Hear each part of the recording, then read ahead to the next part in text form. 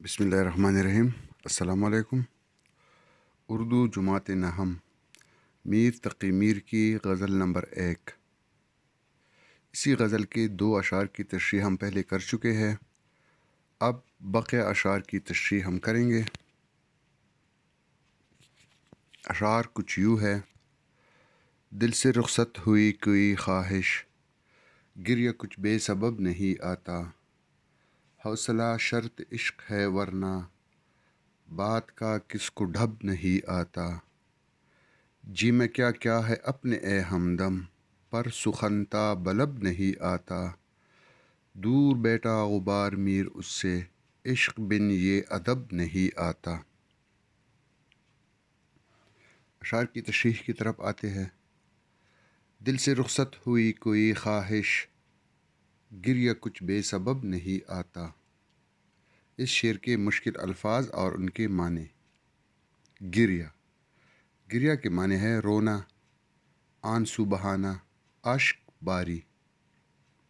بے سبب، بے سبب کے معنی ہے بلا وجہ، بغیر کسی وجہ کے۔ شعر کے مفہوم کی طرف آتے ہیں۔ اس شعر کا مفہوم کچھ یوں بنتا ہے کہ شاعر کہتا ہے، میں اس لیے رو رہا ہوں کہ میرے دل سے کوئی خواہش رخصت ہو گئی ہے، یعنی میرا یہ رونا جو ہے یہ بلا وجہ نہیں ہے، یہ کسی خواہش کے رخصت ہونے کی وجہ سے ہے۔ تو اب ہم اس کی تشریح کچھ اس طرح کریں گے کہ آخر وہ کون سی خواہش ہے جس کے رخصت ہونے کی وجہ سے شاعر جو ہے وہ رو رہا ہے۔ انسان کے دل میں ہر طرح کی خواہشات ہوتی ہے، جس طرح ایک اور شاعر ایک اور موقع پر کہتے ہیں، ہزاروں خواہشیں ایسی کہ ہر خواہش پہ دم نکلے، بہت نکلے میرے ارماں مگر پھر بھی کم نکلے، یعنی انسان کی زندگی خواہشات سے عبارت ہے۔ یہاں پر میر تقی میر میرے خیال میں جس خواہش کا ذکر کر رہا ہے وہ ہے محبوب سے ملنے کی خواہش۔ شاعر کہنا چاہتا ہے کہ میری زندگی کی شدید خواہش تھی، اور صرف ایک ہی خواہش تھی، اور وہ یہ تھی کہ کبھی نہ کبھی محبوب سے میری ملاقات ہوگی، محبوب کا دیدار نصیب ہوگا، محبوب سے بات چیت ہوگی، اور اسی آس پر، اسی امید پر وہ زندہ تھا۔ مگر اب شاعر ہر طرح سے ناکام اور نا امید ہو چکا ہے، اس لیے وہ کہتے ہیں کہ اب میری زندگی کا مقصد ختم ہو گیا ہے، کیونکہ اب مجھے میرا محبوب مجھے ملنے والا نہیں ہے۔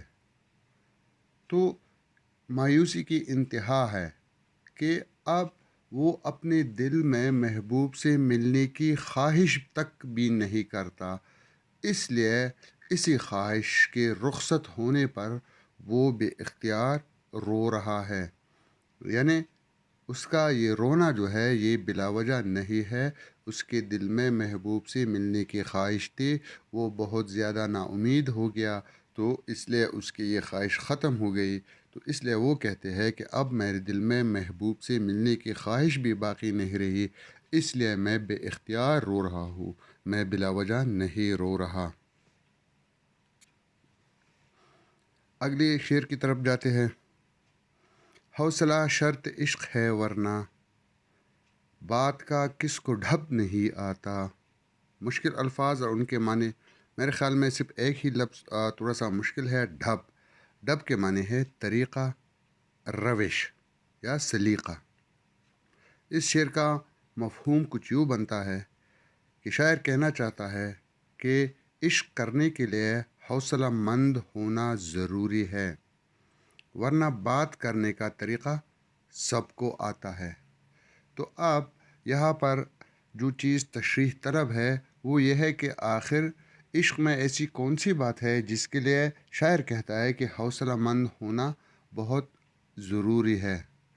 تو میرے خیال میں شاعر کے دل میں محبوب سے بہت ساری شکایات ہے، گلے شکوے ہے، اور وہ محبوب کا ناگوار رویہ اس لیے برداشت کر رہا ہے کیونکہ اس کو اپنے محبوب سے سچا عشق ہے، اور وہ اپنے محبوب سے سخت الفاظ میں بات نہیں کرنا چاہتا، کیونکہ وہ سمجھتا ہے کہ اگر میں نے تھوڑی سی سختی سے بات کی تو ہو سکتا ہے اس کا محبوب اس سے ناراض ہو جائے۔ تو اس لیے وہ کہنا چاہتا ہے کہ عاشق کے لیے حوصلہ مند ہونا بہت ضروری ہے، کیونکہ عشق میں ڈھیر ساری چیزوں کو برداشت کرنا پڑتا ہے، محبوب کی بے وفائی برداشت کرنی پڑتی ہے، محبوب کی جلی کٹی باتیں سننا پڑتی ہے، محبوب کا ناگوار رویہ برداشت کرنا پڑتا ہے، اور چپ، کیونکہ اگر شاعر کے منہ سے کچھ ایسا ویسا نکل گیا تو محبوب تو ویسے بھی نازک مزاج ہوتے ہیں، وہ شاید اسے برداشت نہ کر سکے، اور شاعر کے ساتھ جو تھوڑا بہت تعلق ہوتا ہے محبوب کا، وہ بھی شاید ختم ہو جائے۔